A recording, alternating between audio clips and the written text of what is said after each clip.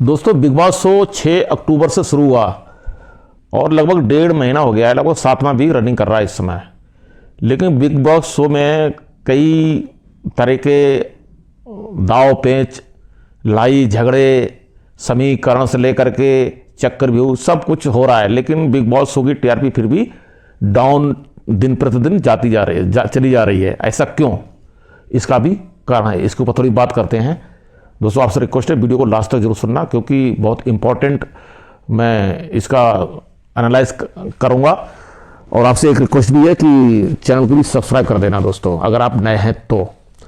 दोस्तों big boss 6 अक्टूबर शुरू हुआ है और आज लगभग 1.5 महीने के करीब होने जा रहे हैं और 7वां वीक रनिंग कर रहा है बिग बॉस शो।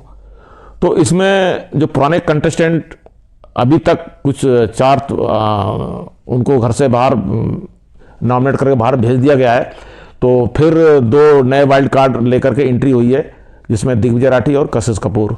क्योंकि बिग बॉस शो में वो मसाला नहीं मिल रहा था लोगों को, तो मेकर से सोचा चलो कुछ ना कुछ खेला जाए, तो 2 कंटेस्टेंट की बतौर वाइल्ड कार्ड एंट्री करवाई।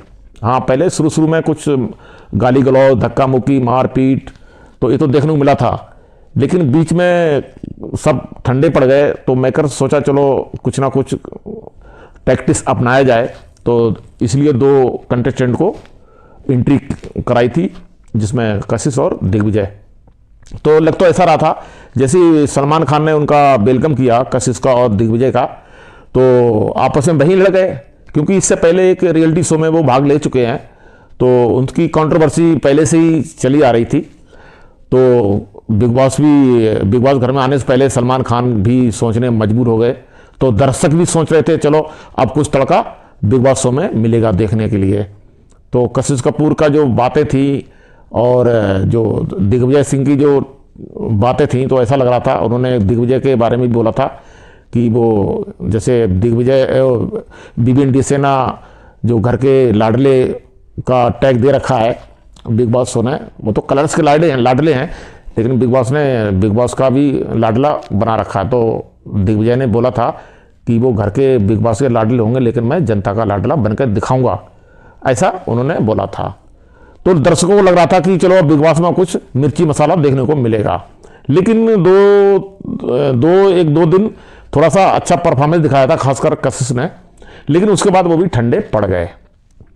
अब फिर अब वो टीआरपी डाउन होने का मेन कारण यही है कि घर में कुछ सब अपना अपना समीकरण बना रहे हैं। उस समय तो इतना समीकरण का तौर तरीका था नहीं, लेकिन ऐसा लग रहा था।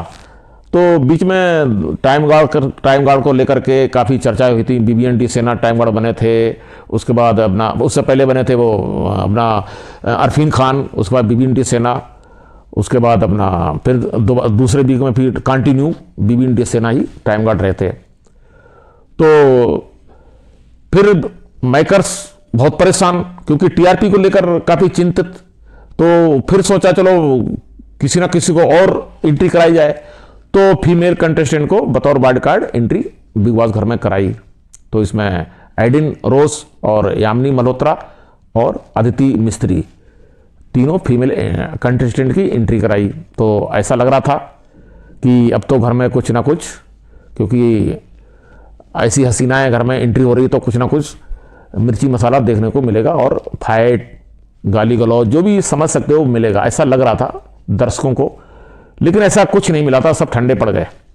हाँ, बीच में थोड़ा सा जरूर अपना ये एडन रोज ने अपना अविनाश मिश्रा के साथ में जरूर थोड़ी सी बातचीत हुई थी, ऊंची आवाज़ में वो भी, तो लग रहा था कि चलो कुछ तो देखने को मिर्ची मसाला मिल रहा है, लेकिन वो वहीं तक सीमित हो गया, बाकी सब शांत हो गए।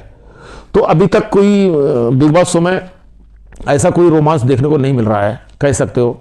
हाँ, अब बस बिग बॉस शो अब समीकरण तक ही सिमट गया है, क्योंकि अब समीकरण ही अपनाया जा रहा है।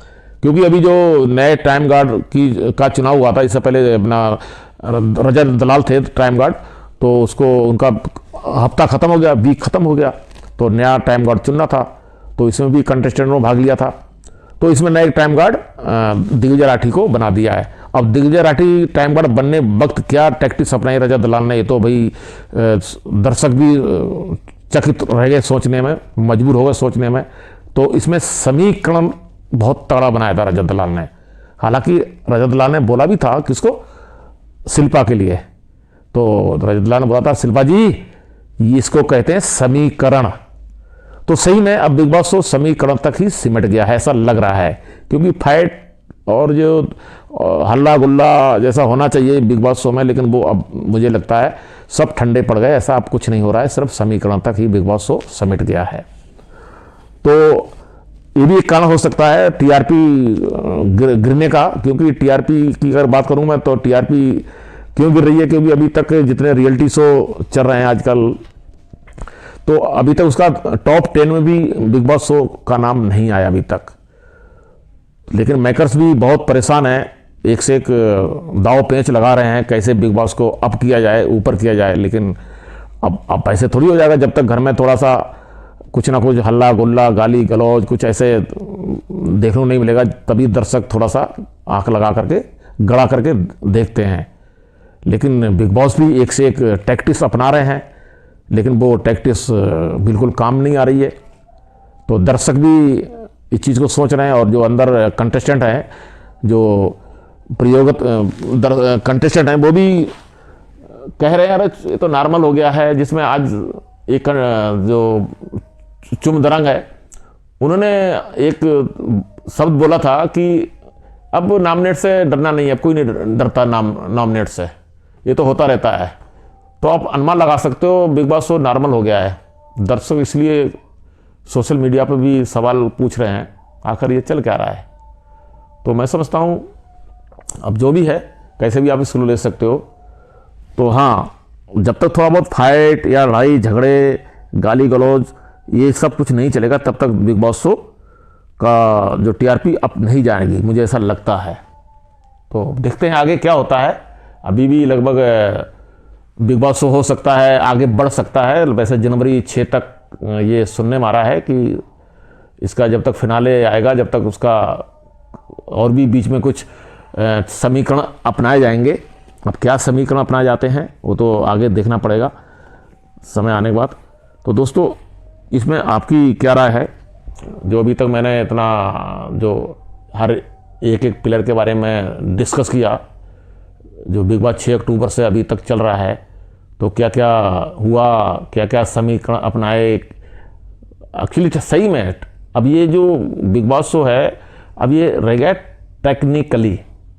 टेक्निकल से गेम खेल रहे हैं लोग, क्योंकि अभी स्ट्रेंथ बहुत है, अभी लोगों की संख्या, कंटेस्टेंट की संख्या ज़्यादा है और ट्रॉफी एक है। तो अभी ट्रॉफी एक है तो समीकरण तो अपनाए जाएंगे एक दूसरे के ऊपर। तो कुल मिलाकर के अभी तक समीकरण के बारे में बात करूँ, समीकरण तो सबसे ज़्यादा अभी बना रहे हैं तो रजत दलाल। बेशक रजत दलाल के बारे में आपकी क्या राय है जरूर कमेंट्स कर बताना, लेकिन इतना कह सकते हो कि रजत दलाल का जो समीकरण है, कैसे दाव पेंच, वो कभी खाली नहीं जाता है।